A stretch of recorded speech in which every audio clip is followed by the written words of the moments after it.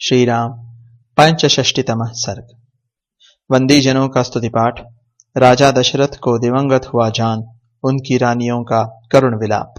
तदनंतर रात बीतने पर दूसरे दिन सवेरे ही वंदीजन मतलब महाराज की स्तुति करने के लिए राजमहल में उपस्थित हुए। व्याकरण ज्ञान से संपन्न अथवा उत्तम अलंकारों से विभूषित सूत, उत्तम रूप से वंश परंपरा का श्रवण कराने वाले मागध और संगीत शास्त्र का अनुशीलन करने वाले गायक अपने अपने मार्ग के अनुसार पृथक पृथक यशोगान करते हुए वहां आए। उच्च स्वर से आशीर्वाद देते हुए राजा की स्तुति करने वाले उन सूत, मागध आदि का शब्द राजमहलों के भीतरी भाग में फैलकर गूंजने लगा। वे सूतगण स्तुति कर रहे थे। इतने ही में पाणिवादक मतलब हाथों से ताल देकर गाने वाले वहां आए और राजाओं के बीते हुए अद्भुत कर्मों का बखान करते हुए ताल गति के अनुसार तालियां बजाने लगे। उस शब्द से वृक्षों की शाखाओं पर बैठे हुए तथा रघुकुल में ही विचरने वाले पिंजड़े में बंद शुक आदि पक्षी जागकर चहचहाने लगे। शुक आदि पक्षियों तथा ब्राह्मणों के मुख से निकले हुए पवित्र शब्द, वीणाओं के मधुर नाद तथा गाथाओं के आशीर्वाद युक्त गान से पसारा भवन गूंज उठा।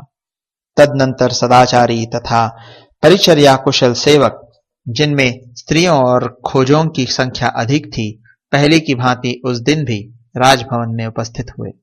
स्नान विधि के ज्ञाता भृत्यजन विधि पूर्वक सोने के घड़ों में चंदन मिश्रित जल लेकर ठीक समय पर आए। पवित्र आचार विचार वाली स्त्रियां, जिनमें कुमारी कन्याओं की संख्या अधिक थी, मंगल के लिए स्पर्श करने योग्य गौ आदि, पीने योग्य गंगाजल आदि तथा अन्य उपकरण, दर्पण, आभूषण और वस्त्र आदि ले आईं। प्रातःकाल राजाओं के मंगल के लिए जो जो वस्तुएं लाई जाती हैं, उनका नाम अभिहारिक है।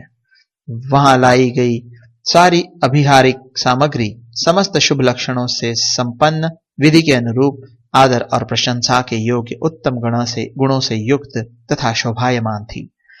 सूर्योदय होने तक राजा की सेवा के लिए उत्सुक हुआ सारा परिजन वर्ग वहां आकर खड़ा हो गया।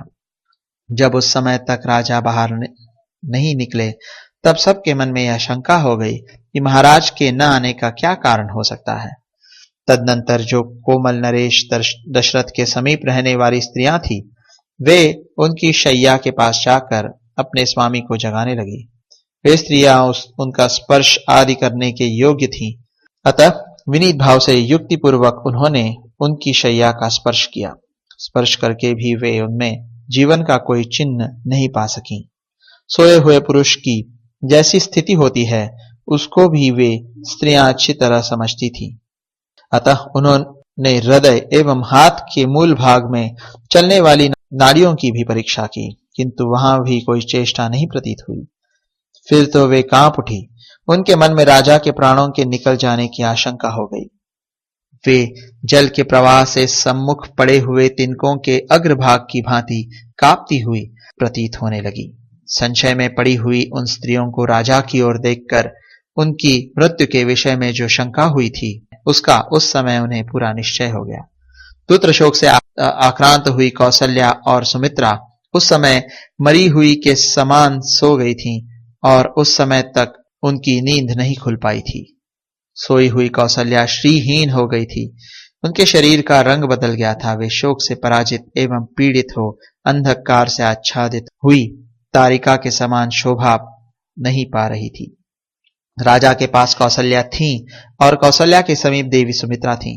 दोनों ही निद्रामग्न हो जाने के कारण शोभाहीन प्रतीत होती थी। उन दोनों के मुख पर शोक के आंसू फैले हुए थे। उस समय उन दोनों देवियों को निद्रामग्न देख अंतःपुर की अन्य स्त्रियों ने यही समझा कि सोते अवस्था में ही महाराज के प्राण निकल गए हैं।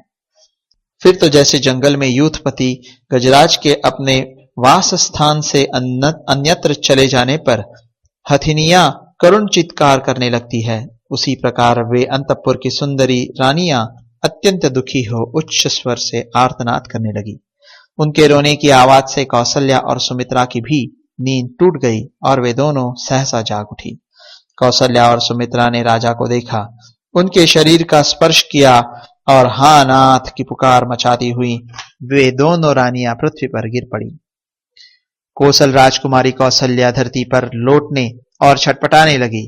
उनका धूसरित शरीर शोभाहीन दिखाई देने लगा, मानो आकाश से टूटकर गिरी हुई कोई तारा धूल में लौट रही हो।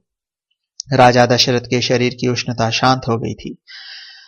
इस प्रकार उनका जीवन शांत हो जाने पर भूमि पर अचेत पड़ी हुई कौसल्या को अंतःपुर की उन सारी स्त्रियों ने मरी हुई नागिन के समान देखा। तदनंतर पीछे आई हुई महाराज की कैकेयी आदि सारी रानियां शोक से संतप्त होकर रोने लगी और अचेत होकर गिर पड़ी। उन क्रंदन करती हुई रानियों ने वहां पहले से होने वाले प्रबल आर्तनाद को और भी बढ़ा दिया। उस बड़े हुए आर्तनाद से वह सारा राजमहल पुनः बड़े जोर से गूंज उठा। काल धर्म को प्राप्त हुए राजा दशरथ का वह भवन डरे, घबराए और अत्यंत उत्सुक हुए मनुष्यों से भर गया। सब और रोने चिल्लाने का भयंकर शब्द होने लगा। वहां राजा के सभी बंधु बांधव शोक संताप से पीड़ित होकर जुट गए। वह सारा भवन तत्काल आनंद शून्य हो दीन दुखी एवं व्याकुल दिखाई देने लगा। उन यशस्वी भूपाल शिरोमणि को दिवंगत हुआ जान उनकी सारी पत्नियां उन्हें चारों ओर से घेर कर अत्यंत दुखी हो जोर जोर से रोने लगी और उनकी दोनों बाहें पकड़ पकड़ कर अनाथ की भांति करुणा विलाप करने लगी। इस प्रकार श्री वाल्मीकि निर्मित आर्ष रामायण आदि काव्य के अयोध्या कांड में 65वां सर्ग पूरा हुआ।